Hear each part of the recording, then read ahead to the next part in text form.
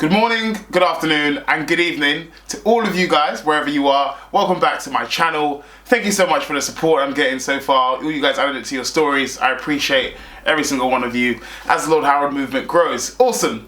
So today's something a little bit different, like I say every single week. But today we are doing Ask Harold. So I sent out a tweet over here, and I also put on my story this post over here, which is with the hashtag Ask Harold. So essentially it's everyone just sending me their dilemmas on things that they're struggling with. It could be jokey, it could be serious. Regardless, I was just keen to help. And yeah, I figured, this might be some decent content for you guys. So yeah, here goes nothing. So before I get into the actual dilemmas, some people I think mistook what I was saying and they saw it as a Q&A. Yeah, it was weird. So for instance, one person asked me, does your hair grow, bro, or is it a permanent thing?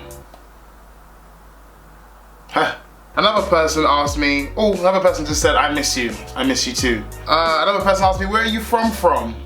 Once again, this is not a Q&A, guys, it's Ask Harold dilemmas. So you send me your problems and I try and give you my reasoned and seasoned answers as to why and how you can succeed in that issue. Annoyingly, some people didn't understand that, but I still love you for participating, so thank you. I initially said if anyone wants anonymity, they can just DM me. However, I think just to keep it clean all board or clean all over, I'm not going to give anyone's names to these dilemmas, but they're hilarious nonetheless, okay? So the first one is from a friend of mine. She asked me, how can I break up with my work husband? I'm trying not to laugh because she could full well be serious. The thing is about her, I never know when she's being serious or when she's being jokey. But anyway, we digress. Cool, she says, how can I break up with my work husband? So the first question I want to ask you, does he know that he's your work husband and are you his work wife? Because boy, it could be a bit sticky otherwise, But anyway, because you're not necessarily dating or actually married, you can just stop doing the work husbandy or work wifey things. I feel like you know how to stop, I can't lie to you. But my advice would be just give equal love to everyone and he'll start to realize that he's lost that accolade, he's lost that privilege of being your work husband. Number one down. Another person asked me, why won't my stomach reduce? It's because you're eating too much. You need to stop eating and work out a little bit more. It's as simple as calories in and calories out. If you reach a deficit, you'll lose weight and your stomach will reduce. If your love for food is greater than your love of your body or love of your fupa, then you shan't succeed and your stomach will stay the same size. Stop eating so much and work out. So I've got another friend who asked me, I've got two girls that like me. Do I go for the buff one or should I go for the one with the better personality? Looks fade over time, said friend. And ideally you'd have it so someone who is good looking and their personality is similar, right? Like I have with my girlfriend, fortunately. I'm really struggling not to say your name here, but I'm gonna really try my best. I think you should go for the person who you are more compatible with. If the girl who is better looking, you're also just as compatible with, then go for the girl who's better looking. Sorry to be shallow, I'm not gonna lie. You're just more attracted to her and you're more likely to want to do things I'm not gonna disclose on this platform right now. So yeah, that's my advice. Take it or leave it. Enjoy. So this next dilemma is more of a question, but I'm gonna treat it like a dilemma. So this person asked me, he says, have you ever felt depressed in your life? Like proper depressed? If so, when and how do you overcome it? So I know this may not be the case, I'm just going to assume that you're the person suffering with depression and I'm giving you advice on how to overcome it. Okay, was there a time I felt depressed? So yeah, there was a time that I felt quite depressed. It was at the peak of my obesity, so I was really, really overweight and I started to lose hair, which was not fun. So I was really upset. Like I was feeling sorry for myself. I was like, why did my mother feed me so much all these years? And I just happened at around about the same time I just missed out on my first choice uni as well. So it was not a really good time in my life. I found myself crying a little bit. Yeah, it wasn't a good point in my life. How did I overcome it? I set some targets for myself. I said to myself, I'm in this situation for a reason. My faith helped me quite a lot. I'm of the understanding that things happen for a reason. You get put in certain situations to improve yourself, to improve your character, to become a bit more resilient. So I was like, you know what? How can I make the best of the situation? I'm going to try and be the best I can at uni, which fortunately was the case. Ended up with a first, and I was valedictorian. Just saying, you know what I mean? Like, obviously, anyway.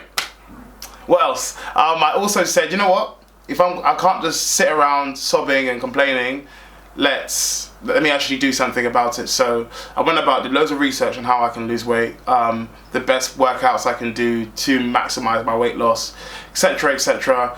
And slowly but surely I started to see changes, started to see improvements in myself, and so I got out of that rut. So I'm not going to use this as a generalization for everyone as like a blanket one size fits all advice, but what I'd say is target the area of your life that is you're really struggling to deal with. Talk to someone about it. That's always key. Someone that is close to you, and you two together can combine heads and think about how you can overcome it. Exactly what you can do, what practical things you can do each and every day.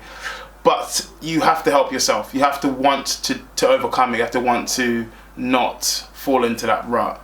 But once again, I'm no psychologist or anything like that, but that's just the advice that I would say for you.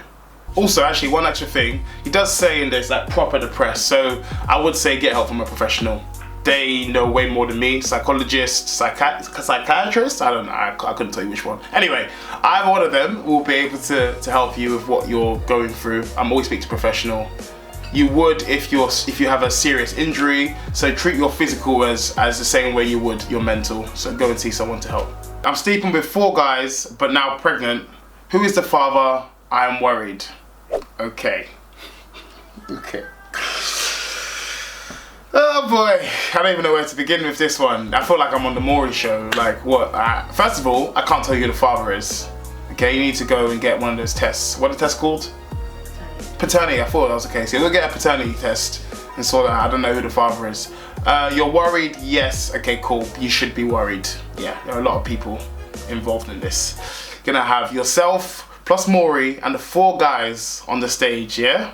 Crowd's gonna be in your face, gonna be a mezzanine, yeah? What advice can I give you? The advice is just go get a test, find out who the actual father is. Hopefully you're still speaking to that guy. Just so I don't know, I mean, assuming you want to keep the child, so assuming that's the case, then you can raise the child cohabitually, if that's the right word. But yeah, I don't really know what other advice to give you apart from find out who exactly the father is and speak to him and find out the best way in which you can make the best out of a situation that wasn't necessarily planned, it seems. Yeah. So this next one is annoyingly not a dilemma, but it's something I do want to answer. So my friend asked me, how do you remain positive all the time? I don't. It's a complete lie. Fortunately, I have my right hand, my girlfriend, who is as solid as a rock, who keeps me on the straight and narrow. Just this week, I was feeling very overwhelmed with a lot of things I've got going on, podcasts, YouTube, etc., etc. So I was struggling, but fortunately, I think to myself, when I'm speaking to other people and I'm giving them advice, I'm trying to portray a stance, or I'm trying to give them a viewpoint of like, okay, you can overcome this, and I'm trying to be encouraging, I'm trying to be positive, because that's what I'd assume they'll do back to me. So a lot of the time when I give people advice, I can be struggling with something myself, but fortunately I've got someone else I can speak to as well.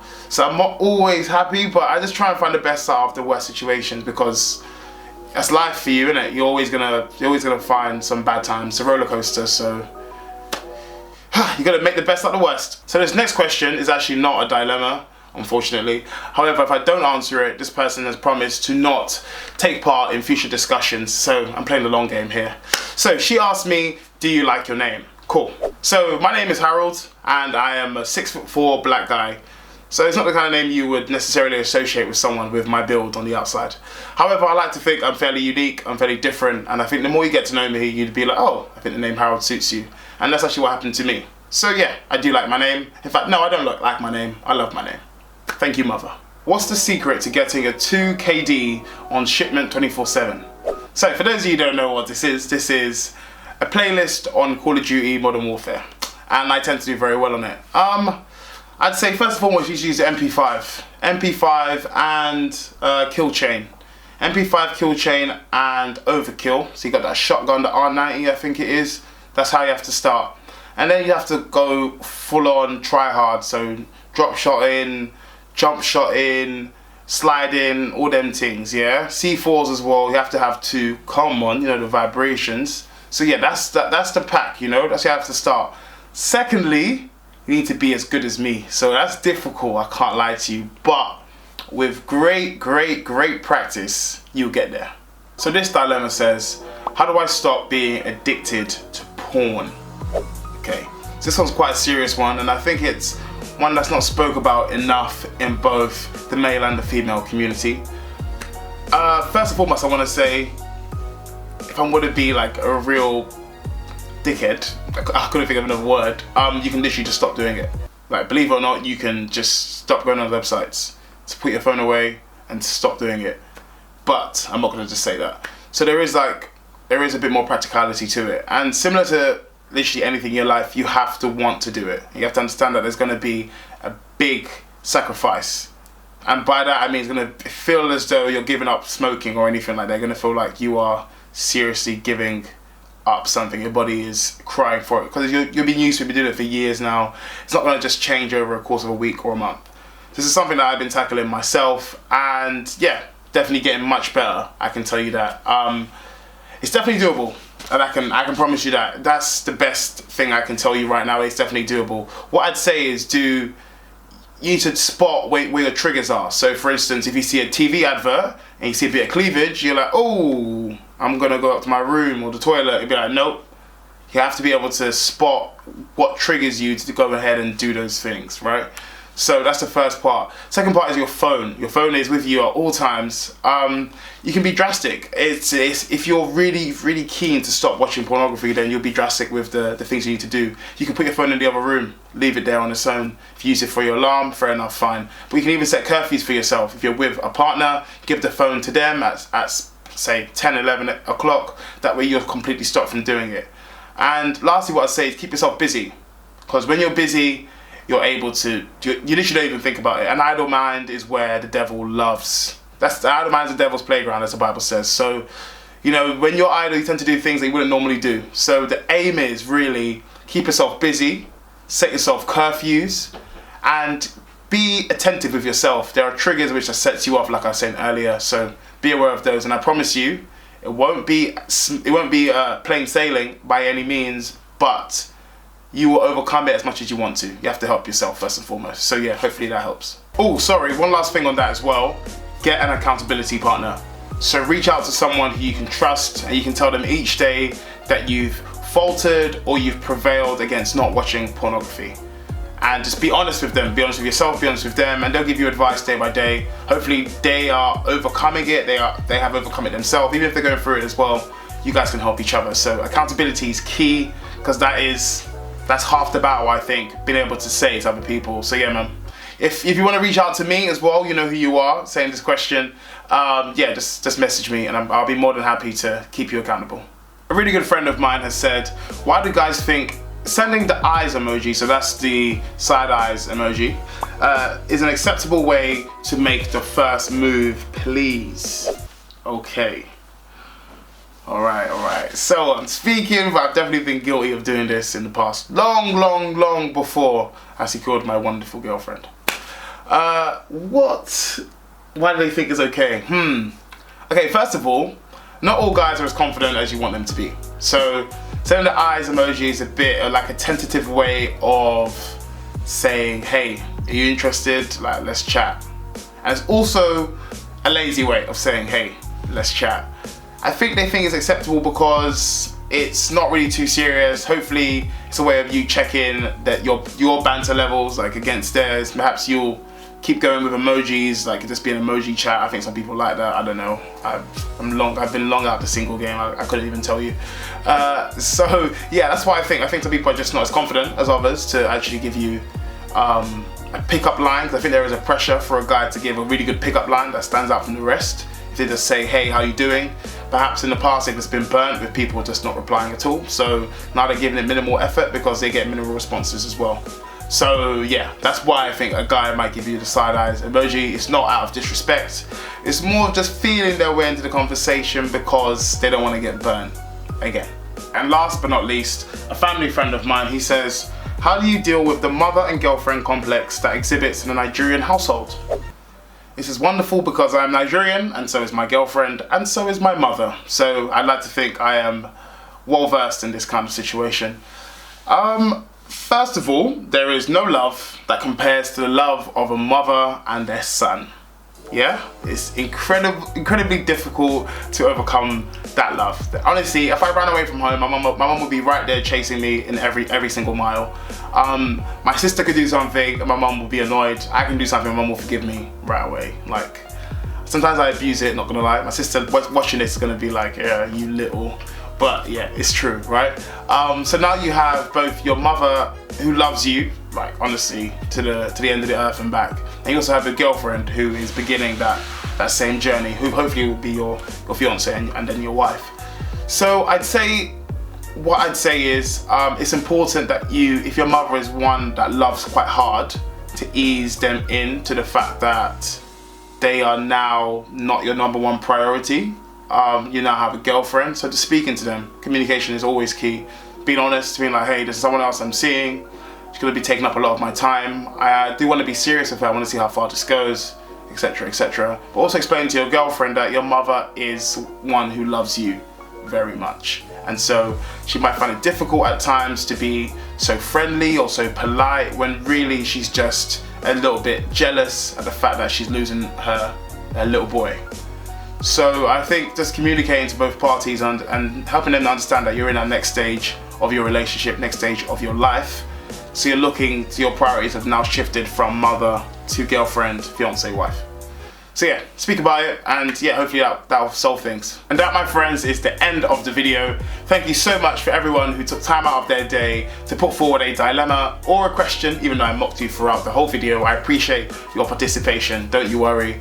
And for those of you who aren't already subscribed to my channel, please, please, please do to scroll down a little bit, hit that red button and join the Lord Howard movement. I appreciate it so much. If you liked the video, please drop me a like while you're down there as well. And yeah, that's all I got for this week. I'll see you next week, guys. Love and peace as always. Take care. Goodbye. Despite it not being a trending topic, Black lives do still matter. So to join our continued battle against inequality and injustice, please have a look at the resources in the description below to see how you can help. As always, God bless, and I'll see you all soon.